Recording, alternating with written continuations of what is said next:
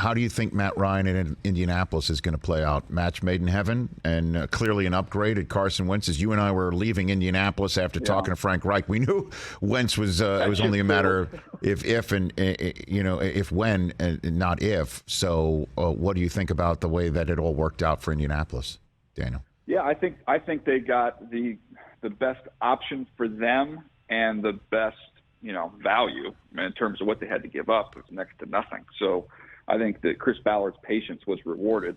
The place where I will reserve kind of my take on it is, Rich, they don't have a left tackle. They don't have a number one wide receiver. They lost a guard in free agency. Like, this is not, I think sometimes I hear it, this is the most talented roster in the NFL. Like, they've got a lot of holes they need to fill, especially when you look at the way everybody loaded up in the conference. So, yeah, I'm excited for Matt Ryan. I think it's a great opportunity for him. I think he fits great with Frank. But Chris Ballard's got some more roster work to do here. He's going to have to work some magic to fill some of these spots. So, where's Mayfield going, do you think? What's the conversation on Mayfield right now that you're hearing about, Daniel? Quiet as a church mouse, right? Rich. You don't hear anything. Seattle is kind of the one everybody kind of says, well, I can make the most sense out of that one.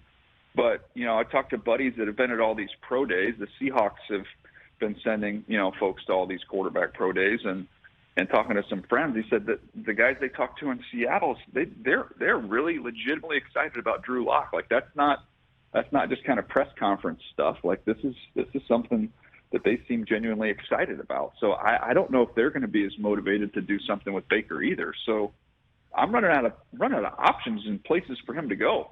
Well, I'm thinking, based on everything right now, don't you think he's going to be sitting around waiting until the draft is done to see who chooses what in the draft, who gets who in the draft, right? And then you can flip a draft pick next year. You use your capital right now. You'll flip something next year to maybe get him to compete or back up. Like, that's legitimately what I'm seeing right now, right? Don't you think that's... Yeah.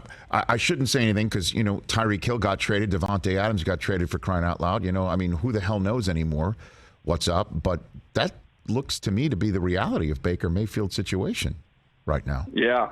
The thing is, you say, okay, that's a great luxury to have somebody with his ability as your backup. I think for whatever criticism people have of Baker Mayfield, when healthy, I think he's inarguably a top 20 quarterback in the NFL. I feel that way. But what do you do with the number? You got an $18 million number. You're not paying your backup quarterback $18 million. The Browns are going to have to eat a good chunk of that to get this contract moved. It's just all the chairs have kind of filled up. I almost wonder if the other option that we're not thinking of is the Browns don't really have anything out there. If they talk to Baker and say, "Hey, this is going to be why don't you just do this thing where we hey, you stay away. You're on our payroll. You don't have to come in, and let's just play out the little bit of the preseason here. See if an injury takes place or there's some issues, and then we'll get this. We'll either move you right before the season starts, or we'll release you at that point in time." And that's why, again, I'm holding up. You can't see. I've got the Kyler Murray agent's statement on Kyler's wonderful stationery.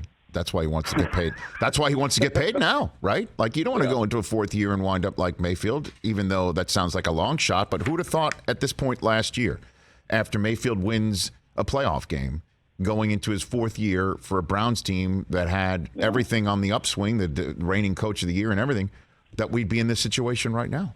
Who knew? Nobody. Yeah, and also you had Lamar getting hurt, right, not having his deal done. And you could say, well, maybe his value would have been a little bit higher if he could have done it previously, and he waited and hasn't benefited thus far. But on that note, Rich, I talked to somebody the other day that said Lamar Jackson has been working his butt off over the offseason. What do you mean? And he is dialed in. He has been working. He has been throwing every day. He's been getting with different people to work out. Like, he is. What I was told, this is a very focused Lamar Jackson. I think you're going to see a huge year from him. No kidding. If he wants to bet on himself, from what I'm hearing, I'll join in on that one. Yeah, he sounds like he's ready to do the Kirk Cousins plan. You know, like make $250 million guaranteed, year by year or guaranteed contract by guaranteed contract. Because don't you think, one last on this situation before we turn to your mock draft, that the way that the Deshaun Watson contract got done, that pretty much every quarterback that's going to get his second contract because he's already proven a certain amount of worth, guaranteed dollars, right? Like whatever the conversation was between Kyler Murray and Steve Keim, now that everything's been out there and Instagram accounts have been restored with photographs and we're all back to our quarters quietly, don't you think that whatever was being talked about got reset by Deshaun's contract, all being fully guaranteed? I agree with you, Rich, and I think there's two I never thought I'd see the days that have changed. I never thought I'd see the day where NFL players would be similar to NBA players in terms of being able to get out of contracts and choose their next location. I never thought we would see that. And then number two is the calling card of the NFL has been that they don't do guaranteed contracts. They just don't do it. Don't ask. It's not going to happen. Well, that barrier has been broken, and I'm with you. I think those premier guys, I'd be demanding that. Hey, you watched all the way to the end. Thanks for that. Watch more right here.